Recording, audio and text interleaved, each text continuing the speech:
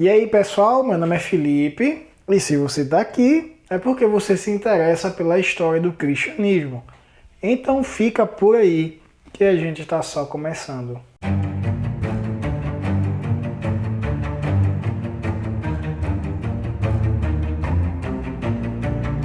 E hoje a gente vai dar continuidade à série sobre os bárbaros e o cristianismo, abordando hoje um pouquinho sobre os visigodos. E os visigodos ocupavam majoritariamente aquela região que hoje conhecemos como Espanha. Ao noroeste da Península Ibérica existia um outro povo que eram os suevos. Ocorre que os suevos eram pagãos e os visigodos eram arianos. Só que os povos que estavam ali antes dos suevos eram majoritariamente cristãos bem tradicionais, que a gente vai chamar a partir daqui de católicos. E católico aqui no sentido de universal, ou seja, eram os cristãos mais ortodoxos na época. Então, quando os suevos se fixaram ali naquela região, logo os antigos habitantes começaram a influenciá-los e torná-los aos poucos católicos. Mas é claro que a presença dos visigodos também influenciou os suevos, que acabaram também aceitando em parte o arianismo, em parte o catolicismo. E no ano de 585, os visigodos subjugam os suevos.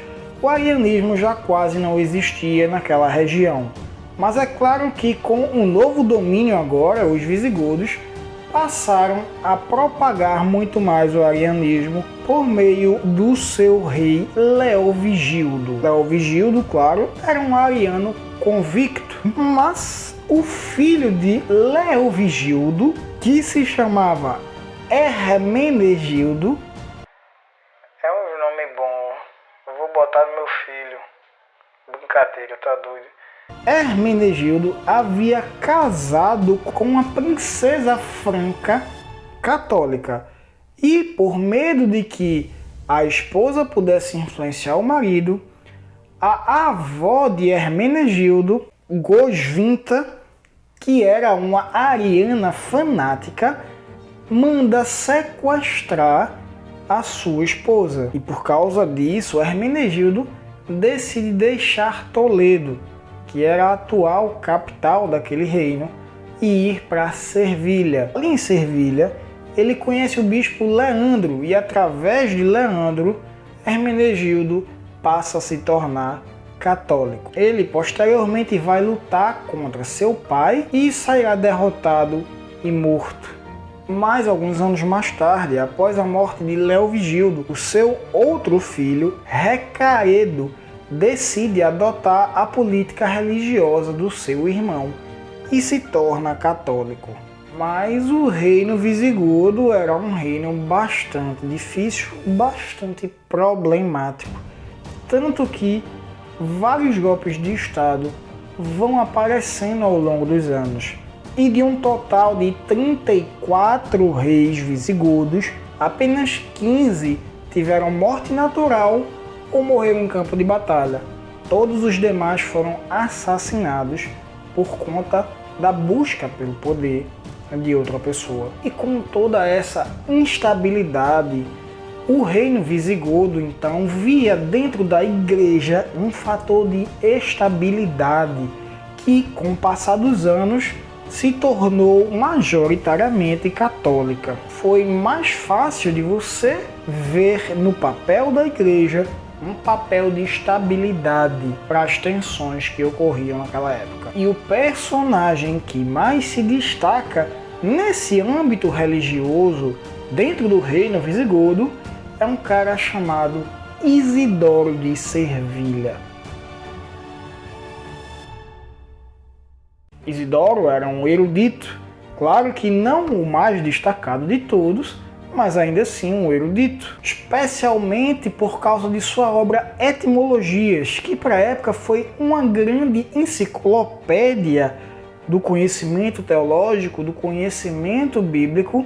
Apesar de tudo isso, ele cometeu alguns erros, e não foram erros bestas não.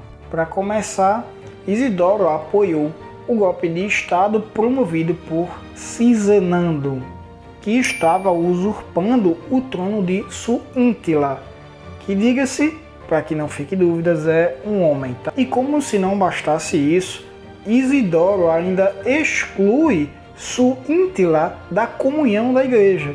Mas não parou por aí. Isidoro participou de um concílio que simplesmente praticava políticas literalmente bárbaras contra os judeus. Então deixa eu explicar o que foi que de fato ocorreu. Um rei antes de Suíntila, o rei Sisebuto, promoveu uma política de que os judeus deveriam ser forçados a se converter ao cristianismo.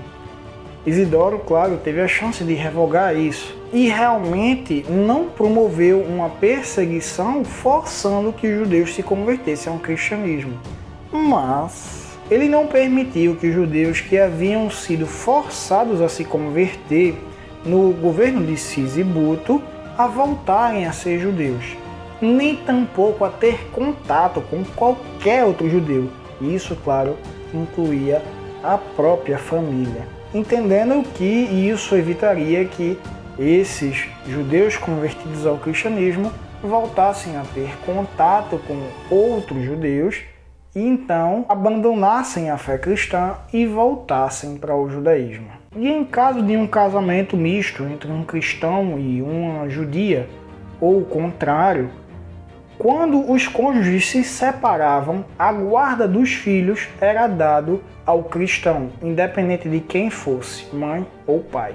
Isidoro então morre em 636 e em 711 o governo visigodo chegaria ao fim por conta da expansão muçulmana. E aí, gostou do vídeo? Então não esquece de deixar o like, comentar o que você achou, se você tem dúvida ou alguma sugestão para o próximo vídeo, compartilha com os seus amigos e para você não perder nenhuma atualização aqui, se inscreve no canal.